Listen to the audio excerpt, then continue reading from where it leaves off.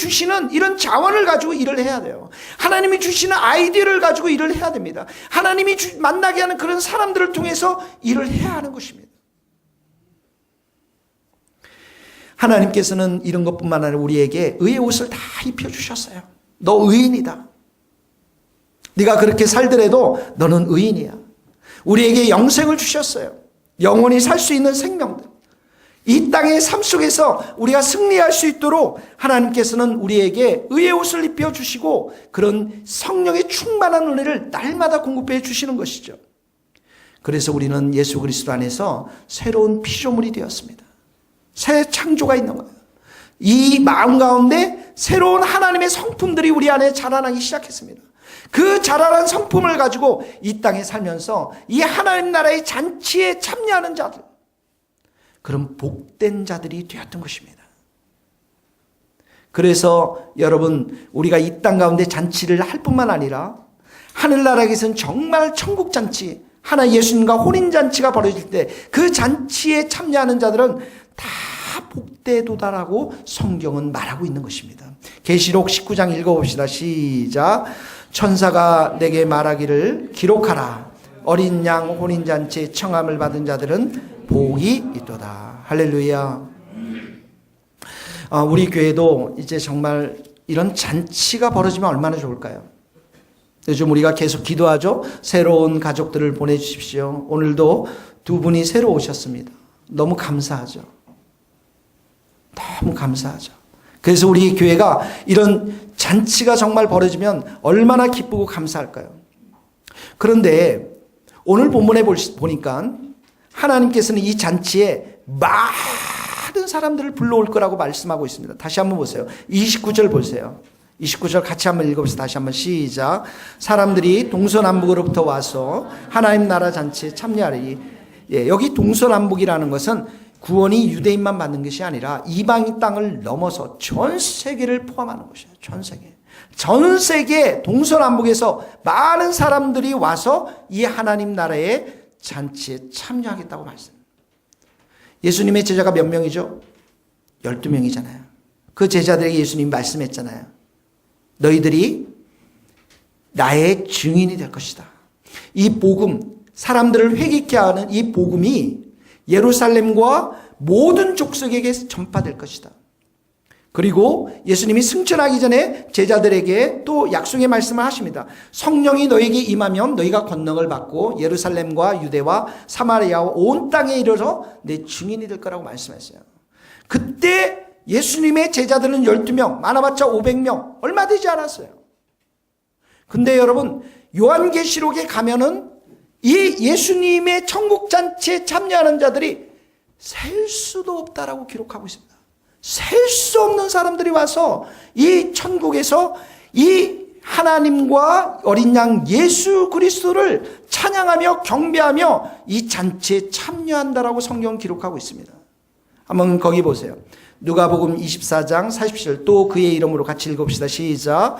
또 그의 이름으로 죄사함을 받게 하는 회개가 예루살렘에서 시작하여 모든 족속에 전파될 것이 기록되었으되 너희는 이 모든 일의 증인이라.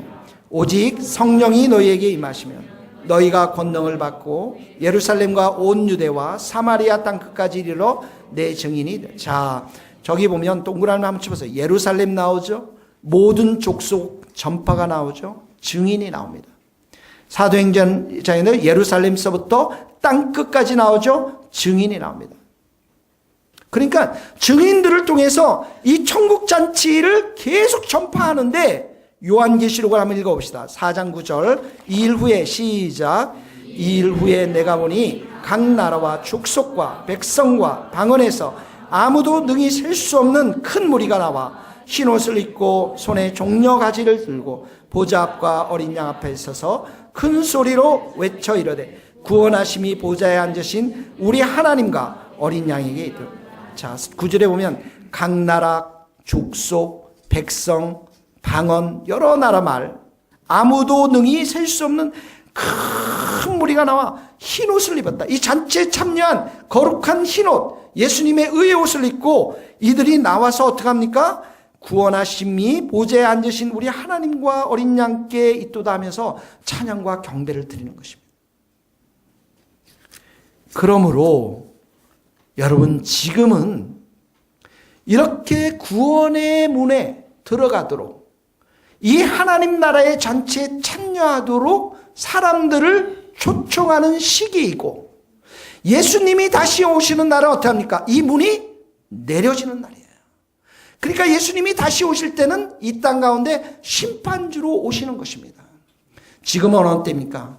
이 잔치에 참여하라고 우리를 증인으로 세우신 그 시대에 우리는 지금 살고 있는 것입니다.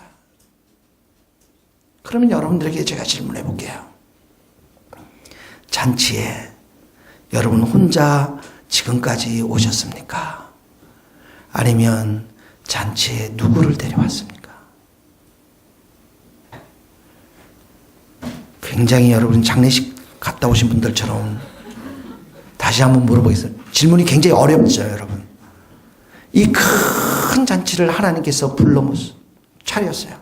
그리고 증인된 여러분들에게 다 내보냈어요. 이 잔치에 사람들을 데려와라.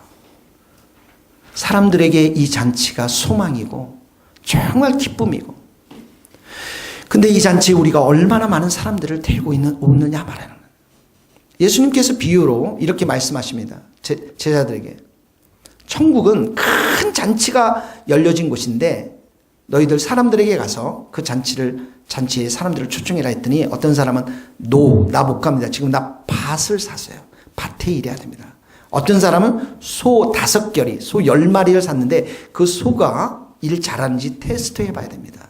어떤 사람은 잠깐 나 결혼했습니다. 못 갑니다, 잔치에. 앞에 두 사람들은 생활, 경제 활동 때문에 바빠서 못 가겠다라는 것이고, 뒤에는 가족사가 있기 때문에 못 가겠다라는 것입니다. 그랬더니 예수님께서 그러지 말고, 그러면 너희가 거리와 골목으로 가가지고 병든 자들, 가난한 자들, 몸 불편한 자들, 맹인들, 저는 자들 다 데리고 와라. 데리고 왔어요, 제자들이. 이 골목과 거리라는 것은 사람들이 많이 있는 곳이거든요. 그게 또 빈자리가 있습니다. 또 빈자리가 있으니까 예수께서 뭐라 합니까? 산 울타리로 가서 유대인의 경계를 넘으면서 이방인 땅에 가서 사람들을 아주 강제로 데리고 와서 내 집을 채워라, 이렇게 말씀해요. 강제로 데려오라는 거예요. 그러니까 여러분, 다음 주엔 여러분들에게 곱비 하나씩을 다 가지고 강남역에 가가지고 곱비를 코에다 다 걸어가지고 강제로 데려와요. 그 단어입니다. 강제로 데려오라. 내 집을 아예 채우라는 거. 왜 그렇습니까? 잔치이기 때문에 그래요. 이 잔치를 참여하지 못하면 지옥에서 이를 갈며 슬피 우는 삶을 살 수밖에 없기 때문에 이 잔치에 참여하기 위해서 강제로 데려오라는 거예요. 거기 한번 읽어봅시다. 누가복음 14장 그 종에게 이르되, 시작. 그 종에게 이르되 빨리 시내의 거리와 골목으로 나가서 가난한 자들과 몸 불편한 자들과 맹인들과 저는 자들을 데려오라. 주인이 종에게 이르되 길과 산 울타리로 나가서 사람을 강권하여 데려다가 내 집을 채우라. 내 집을 채우라는 거예요. 하나님의 이 큰 잔치가 얼마나 사람들한테 귀하고 복된 잔치인지 강제로라도 데려와서 채우라는 거예요. 그러니까 여러분들이 정말 직장에 가서 경고하세요. 너 정말 이번 주에 안 오면 머리를 다 깎아버릴 거야. 아니면 너 정말 안 오면은 강권해서. 여러분, 마태복음 11장에는 천국은 가만히 있는 자들의 것이 아니라 침노하는 자의 것이란 말이에요. 침노하는 자. 침노하는 게 뭐예요? 열심을 내어서 사람들에게 그 천국으로 들어갈 수 있도록 설득하는 걸 말해요. 똑같이 말하는 거예요. 오늘 본문의 말씀처럼 아주 강권해서 데려다가 그 집을 채우는 것과 마찬가지입니다. 마태복음 11장 같이 읽어보겠습니다. 세례 요한 때부터 시작. 세례 요한 때부터 지금까지 천국은 침노를 당하리. 침노하는 자는 빼앗습니다. 네. 복음에 대한 적극성, 그 교회에 대한 열심, 하나님 나라에 대한 열심, 또 이 천국 잔치에 대한 열심, 이 열심이 있는 자들이 천국의 것이라는 거예요. 할렐루야. 자, 우리 옆에 분들과 얘기합시다. 우리 열심을 냅시다. 열심을 냅시다. 하나님은 그런 교회에다가 천국의 열쇠를 줬어요. 거기 한번 읽어요. 마태복음 16장 19절 내가 천국의 열쇠를 시작. 내가 천국 열쇠를 내게 주리니 내게 땅에서 무엇인지 매면 하늘에서도 매일 것이요. 내가 땅에서 무엇인 풀면 하늘에서 풀리라. 구원의 문을 여는 그 키를 교회에게 줬어요. 여러분들에게 줬다고요. 그래서 우리가 복음을 전할 때, 우리가 선교할 때 구원의 문이 열리는 것입니다. 이것이 교회의 본질인 것입니다. 이 하나님 나라의 잔치에 사람들을 들어오게 하는 것, 이것이 바로 교회의 본질인 것입니다. 그래서 여러분 때를 얻든지 못 얻든지 복음을 전해야 됩니다. 우리 집에 며칠 전에 수도가 고장이 났어요. 베란다에.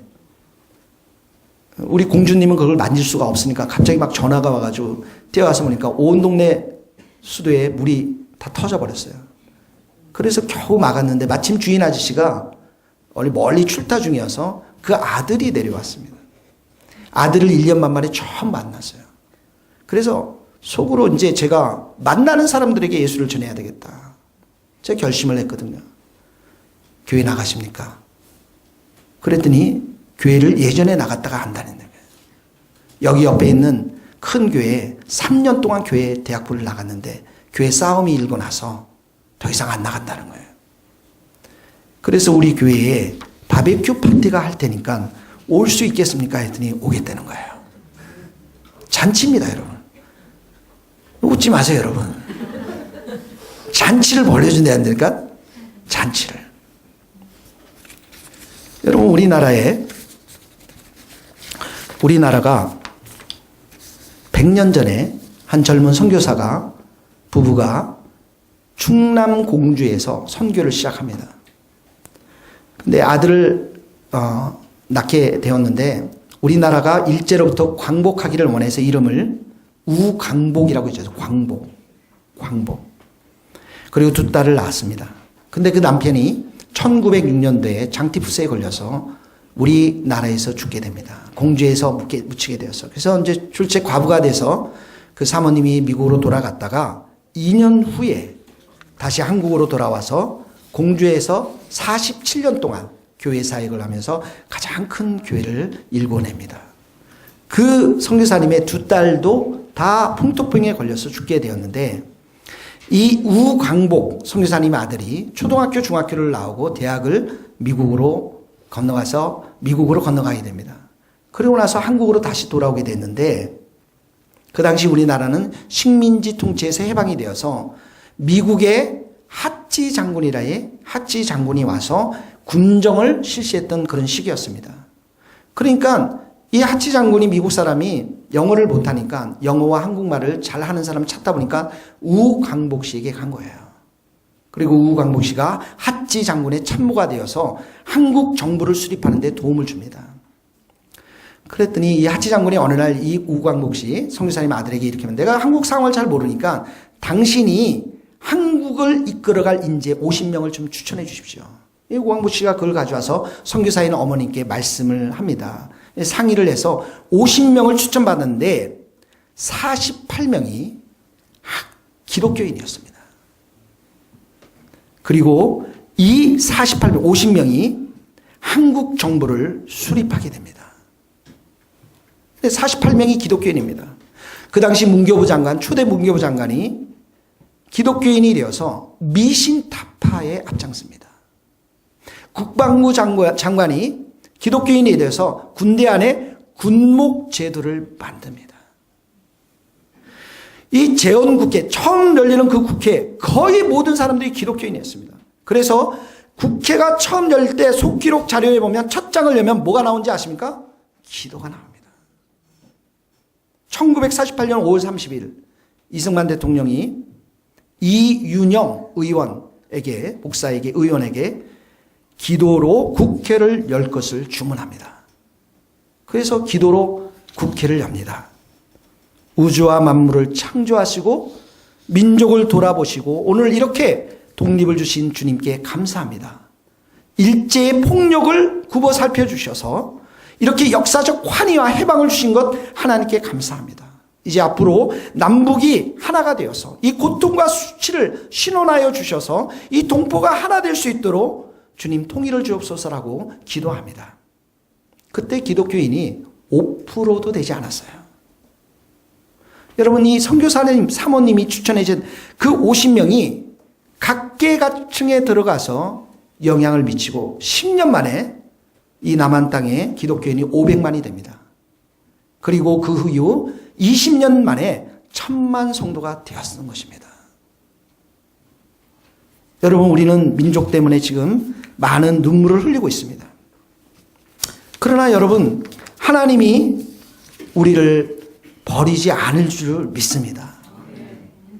정말 열심히 있는 나라, 이 동서남북으로부터 하나님 나라의 잔치에 참여한 이 약속의 말씀을 붙잡고, 천국은 침노하는 자의 것이라는 이 약속의 말씀을 붙잡고 기도하며 열심으로 복음 전도하며 선교하는 그 성도들, 또 선교하는 그 교회에 하나님께서 부흥을 주시고 은혜를 주실 줄 믿습니다.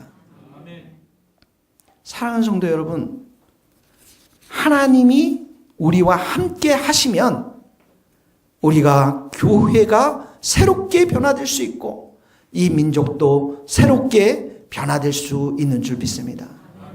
올 한 해 동안 여러분 영혼을 사랑하고 예수님이 영혼을 사랑했던 것처럼, 예수님이 영혼들을 정말 기뻐했던 것처럼 우리도 영혼들을 사랑하며 축복하며 전도하며 선교하는 우리 교회가 될 수 있기를 주님의 이름으로 축복합니다. 마지막으로 보면 예수님은 33절에 보세요. 32절에 보면 내가 귀신을 쫓아내며 병을 고치다가 제3일에는 완전한, 이 3일이 완전한 부활을 말하는 것입니다.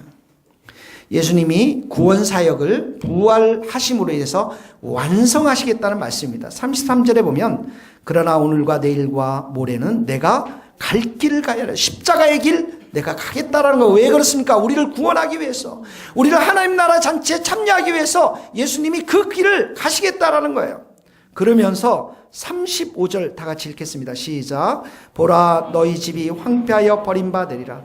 내가 너희에게 이르노니 너희가 주의 이름으로 오시는 일을 찬송하리로다 할 때까지는 나를 보지 못하리라. 너희 집이 황폐하겠다라는 것은 지금 유대인들이 예수님을 거부하고 있어요.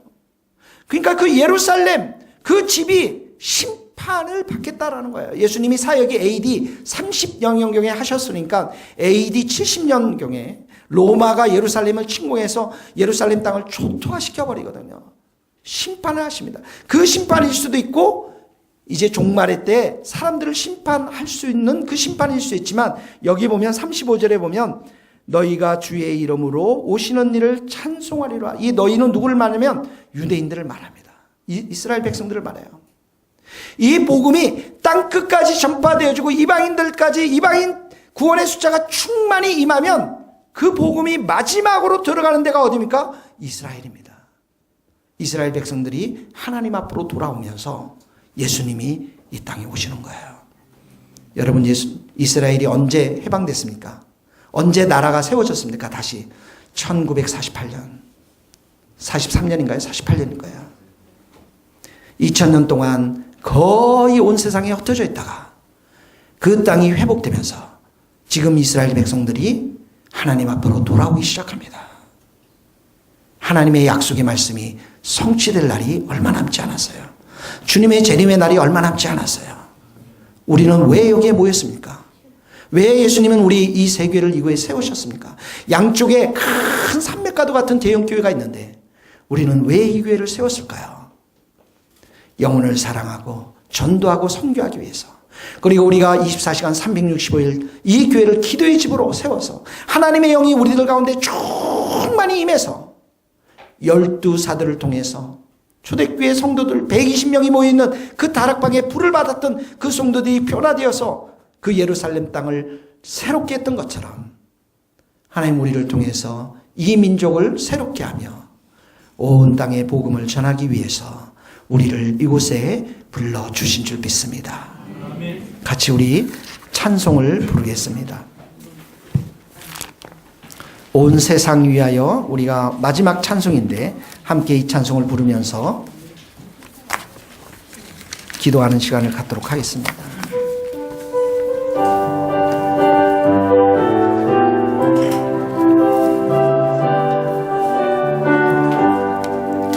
온 세상 위하여